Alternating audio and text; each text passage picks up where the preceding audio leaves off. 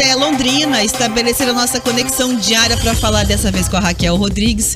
Isso porque desde que surgiu o caso do vereador Carlinhos da ambulância, a gente registrou bastante aqui na Jovem Pan News, foi denunciado por assédio na região. Não teve, até agora, nenhuma manifestação da Câmara de Vereadores, não é verdade, Raquel? Lembra para os nossos ouvintes, por favor, quanto tempo faz que isso aconteceu, para esse silêncio todo? É isso mesmo, depois de quase um mês, desde que surgiu essa primeira denúncia de assédio sexual envolvendo o vereador Carlinhos da ambulância do PTB, a Câmara de Vereadores de Cambé até o momento não se manifestou sobre as investigações feitas pelo jurídico da casa para apurar o caso. A expectativa é que ocorra na sessão de hoje algumas manifestações sobre o assunto. O Carlinhos é acusado por 2 mulheres de assédio sexual. A primeira denúncia foi feita por uma servidora do Legislativo. Segundo a vítima, o parlamentar simulou a prática de sexo oral enquanto ela recolhia o lixo das cestas no plenário da casa.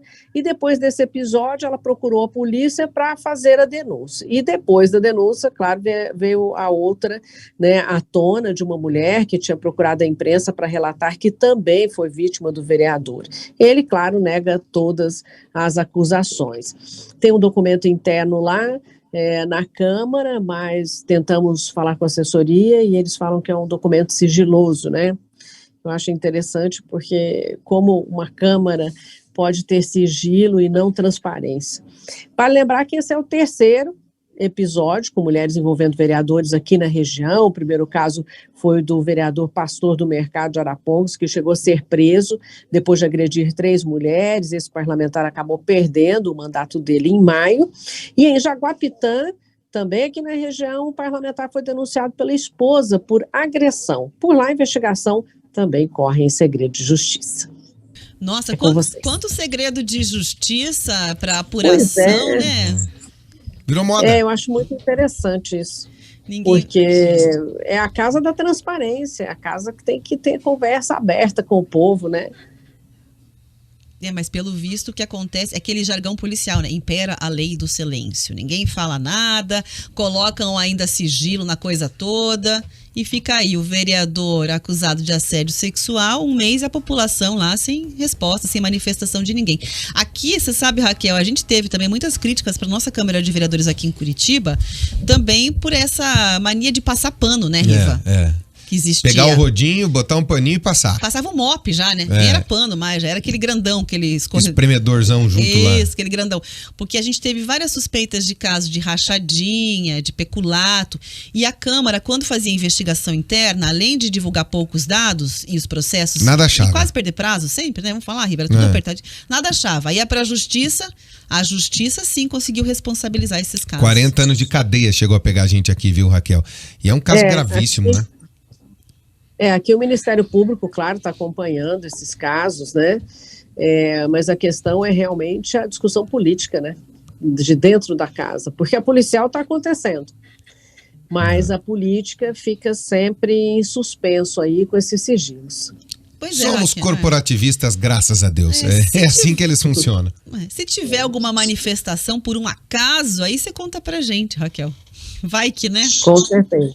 Alguém sente necessidade de conversar com o eleitor, com o cidadão e dar uma explicação, um posicionamento. Vai que isso acontece com algum jornalista vereador. Só atrapalha, Rafael. Vai que. Estaremos atentos aqui. Obrigada, Raquel, pela participação e análise. Um bom dia para você e até amanhã. Um abraço, até mais. Engraçado, né, Riva? A gente percebe que realmente a mudança na questão de gestão, nessa história de proteger os pares com o silêncio, em alguns lugares ela ainda permanece, né?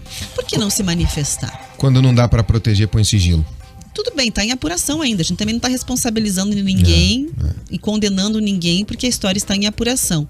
Mas a gente teve, por exemplo, processos recentes aqui de cassação de vereadores em que houve uma cobrança muito grande da população para manifestação dos políticos. E os políticos, mesmo antes da votação, tiveram que se posicionar. A mesa diretora, quando foi decidir a história do Éder Borges, que é um vereador aqui da capital, para quem está em Londrina e Maringá, que foi cassado e depois teve o cargo devolvido por um erro do Tribunal de Justiça, veio se pronunciar e explicar o porquê estava procedendo daquela maneira, para que o eleitor daquele vereador tenha a sua justificativa. Então é preciso que se diga alguma coisa. O presidente da Câmara que diga, ó, estamos apurando, estamos aguardando, né? O que a gente está fazendo dentro aqui do processo é isso. As medidas são X, Y, Z, mas o silêncio, Rafa, é estranho. Eu parto de um princípio americano que é muito básico. Todo mundo lembra do caso do presidente Clinton com a Mônica Lewinsky, lembra? Que ele quase sofreu um impeachment lá nos Estados Unidos. Seria privado. A história do salão oval e tarará. Seria privado, uma relação dele íntima com alguém. O que uma pessoa eleita faz no seu privado, e ela é uma pessoa pública eleita, também tem relevância para a sociedade. O que ela faz no privado também vai ser relevante para o que ela faz na vida pública. Portanto, não deveria existir sigilo para pessoas eleitas, para pessoas públicas que ocupam cargos públicos. Mas esse é o país da bagunça. Por exemplo, nos Estados Unidos, teve senador que mandou nudes. Uma coisa particular. Vazou. Ele saiu do cargo.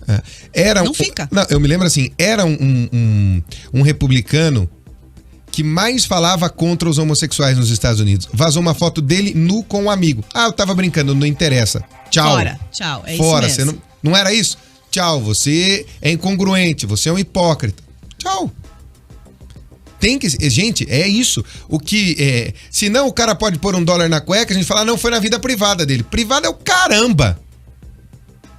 O que você que tem um cargo público ocupa, seja secretário, seja ministro, seja deputado, o que for, vereador, secretário de uma cidade, o que você faz na sua vida privada é relevante porque ela respinga nas suas atitudes públicas. Sendo assim, não tem que ter sigilo para essa gente. Não tem que ter. Mas o Brasil decreta sigilo por 100, 200, sei lá quantos anos, quanto você quiser, e só daqui 89 gerações a gente vai saber o que aconteceu. Você lembra a conta dos vereadores de Londrina que vão concorrer às eleições? Eram 12 de 19, né? 12 de 19. Então tá aí. Talvez nas urnas, por exemplo, o eleitor possa fazer essa apuração de quem ele acha que tem atitudes, né, coerentes com o discurso. É isso. Coerência. Cobre coerência. Outra coisa que eu não concordo, votação que não é aberta. Votação secreta? Isso pra mim é surreal. Não tem que ter votação secreta. Mas ele pode se sentir compelido. Ele tem que se sentir mesmo. Ele tem que sentir o bafo quente aqui, ó, de tudo. Das atitudes que ele tem e do eleitor que votou nele. Pra começar a ponderar mais as coisas na hora de votar.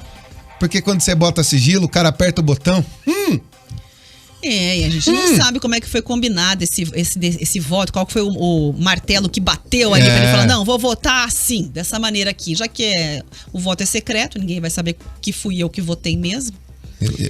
Isso é uma coisa, e votação secreta não é em toda a Câmara no mundo aí que acontece, viu?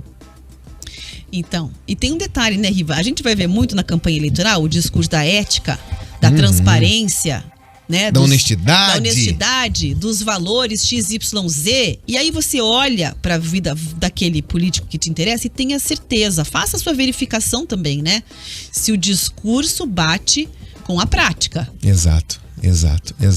Eu vou te dizer, Rafa, vai sair daqui a pouco um podcast que é muito interessante, que é o podcast sobre a cannabis, a planta que cura. Aqui do Grupo RIC. Isso, do Grupo RIC, vai ficar dentro do RIC Podcast de todos os tocadores.